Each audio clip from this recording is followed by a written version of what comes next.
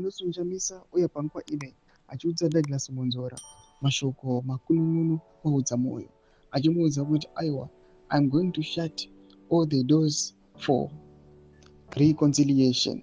Zvakamboitika kumashure aiwa chakatanga ndo chakachenjedza. Saka pina mashoko anobuda panguva ino tikuona panapa eNew Zealand robuda nyorwa ichinzi Chamisa slams the door in rival Monzora's face. Panguva ino inoonekwa kunzi as opposition is struggling ichizama kuda kustopa the implementation of the Vision 2030 inova resolution upon ZANU-PF.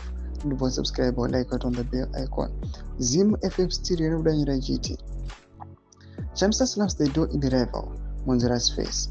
Opposing leader Advocate Nelson Chamisa has slammed the door on his former colleague Advocate Douglas Monzora, who expressed a desire to reconcile and possibly work together following a dramatic fallout.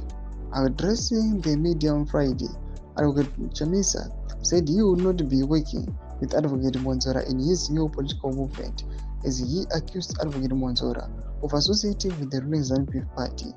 Earlier last week, MDC President Advocate Monzora intimated to the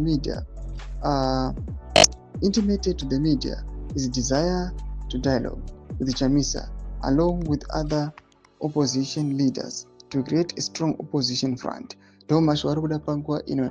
Muri Zimbabwe munoti kudii pamusoro penhau iyi, uchinzwa Monzora achiti aiwa indoda kushanda naNelson Chamisa. Panguva ino tinonzwa nhau dzemarumors ekuti pane opposition ichasimuka ichizama kuda kudefenda constitution but isiri genuine.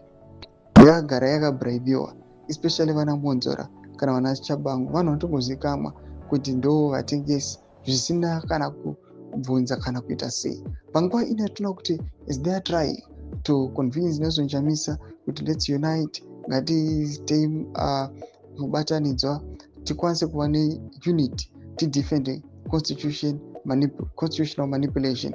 Panguva ine vanhu vari kupa maoni kunzi musatomboita mistake President Advocate Nelson Chamisa yekukazoziita nevanhu vakadai.